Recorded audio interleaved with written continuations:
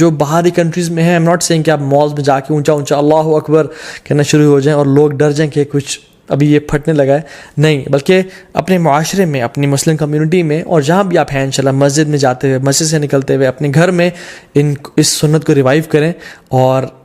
کثرت سے اجر پائیں، اور انشاءاللہ تعالیٰ جو ایک بھولی ہوئی سنت کو تازہ کر دے گا اس کا بہت بڑا اجر اور ریوارڈ ہے۔ ناؤ کمنگ ٹو سم فقہی مسائل بریفلی، جو شخص ارادہ رکھتا ہے کہ قربانی کرے، اس کو چاہیے کہ وہ ان ذو الحجہ کے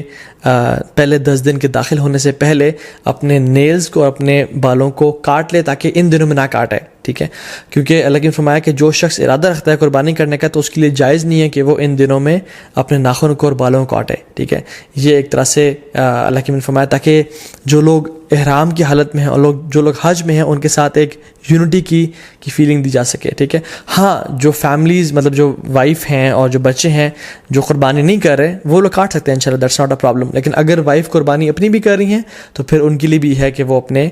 بال اور ناخنوں کو نہیں کاٹیں گے انشاءاللہ تعالیٰ۔ جو لوگ بیمار ہو چکے ہیں یا جو لوگ پرماننٹلی ال ہیں، یا جو خواتین عرفہ کا روزہ نہیں رکھ سکتی ہیں بیکاز آف دیئر ڈیز،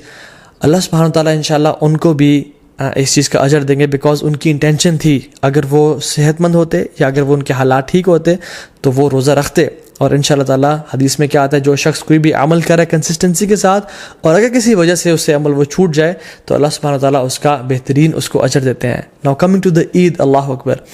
عید ایک بہت بڑا تحفہ ہے اللہ کی طرف سے۔ قرآن میں اللہ تعالیٰ فرماتے ہیں قُلْ بِفَضْلِ اللَّهِ وَرَحْمَتِهِ فَبِذَلِكَ فَلْيَفْرَحُوا، بے شک اللہ کے رحمت اور اللہ کی طرف سے فضل کے ساتھ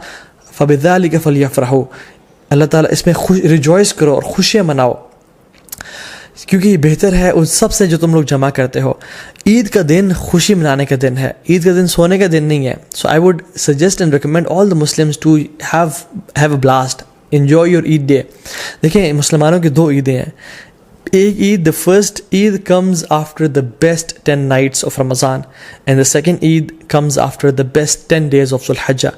The first Eid comes after the month of fasting, and the second Eid comes after the month of Hajj and Ibadat. The first Eid comes after the best night, which is the night of Laylatul Qadr, and the second Eid comes after the best day, which is the Yawm al-Arafah. Or if we ponder upon these Eids کہ اللہ تعالیٰ نے ان کو یہاں کیوں place کیا، تو we realize کہ ہمارا جو عید کا تعلق ہے وہ اللہ کے سامنے عبادات سے ہے، اللہ تعالیٰ کے سامنے سبمیشن سے ہے، کہ جب ہم عبادات کرتے ہیں اور ایز اے ریزلٹ اللہ سبحانہ تعالیٰ ہمیں عید کے دن ہمیں گفٹ کرتے ہیں۔ تو عید کی جو اصل ایسنس ہے نا، وہ یہ ہے کہ اللہ تعالیٰ کو راضی کیا جائے اور اللہ تعالیٰ کے سامنے سر جھکایا جائے، اور اپنی اصل زندگی کا جو پرپز ہے، وَمَا خَلَقْتُ الْجِنَّ وَالْإِنسَ إِلَّا لِيَعْبُدُونَ، ہم نے انسانوں اور جنات کو اپنی عبادت کے لیے پیدا کیا۔ تو جب انسان اپنا پرپز آف لائف فلفل کر رہا ہوتا ہے، تب اسی انسان کے لیے اصل میں عید کا دن ہے۔ ابن رجب الحمد رحمہ اللہ فرماتے ہیں کہ عید اس کے لیے نہیں ہے جو نئے کپڑے پہن لے اور خوشبو لگا لے، عید اس کے لیے ہے جو اپنی اطاعت میں آگے بڑھ جائے۔ عید اس کے لیے نہیں ہے جو کہ بڑے لیوش مینز آف ٹرانسپورٹ لے لے یا اپنا گھر بنا لے، عید اس کے لیے ہے جس سے گناہ بخش چکے ہوں اللہ تعالیٰ اور اللہ سے راضی ہو چکے ہوں۔ سو عید واقعی میں ان لوگوں کے لیے جو کہ ان دنوں میں اسٹرائیو کرتے ہیں اور اسٹرگل کرتے ہیں اور اپنے رب کو راضی کرنے کی کوشش کرتے ہیں۔ اور عید کی نماز میں ہم لوگ کیا پڑھتے ہیں؟ ایک رکعت میں سورہ غاشیہ اور دوسری میں سورہ الاعلیٰ، اور سورہ الاعلیٰ somehow ends with بل تؤثرون الحیات الدنیا،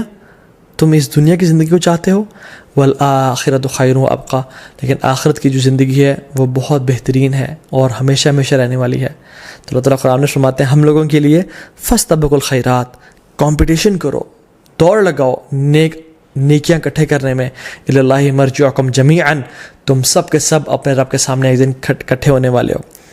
ایک دن آئے گا جس میں ہم لوگ خواہش کریں گے کہ کاش ہمارے نامہ اعمال میں ایک نیکی زیادہ ہوتی، اور کاش ہمارے جو برا اعمال نامہ ہے اس میں ایک گناہ کم ہوتا۔ تو یہ وہ 10 دن ہیں جس میں سابقون آگے نکل جائیں گے، اور جو لوگ لیزی ہیں، لیتھارجک ہیں، اور جو لوگ پیچھے رہنے والوں میں سے ہیں وہ پیچھے رہ جائیں گے۔ سورہ واقعہ میں اللہ تعالیٰ فرماتے ہیں وَالسَّابِقُونَ السَّابِقُونَ أُولَٰئِكَ الْمُقَرَّبُونَ فِي جَنَّاتِ النَّعِيمِ،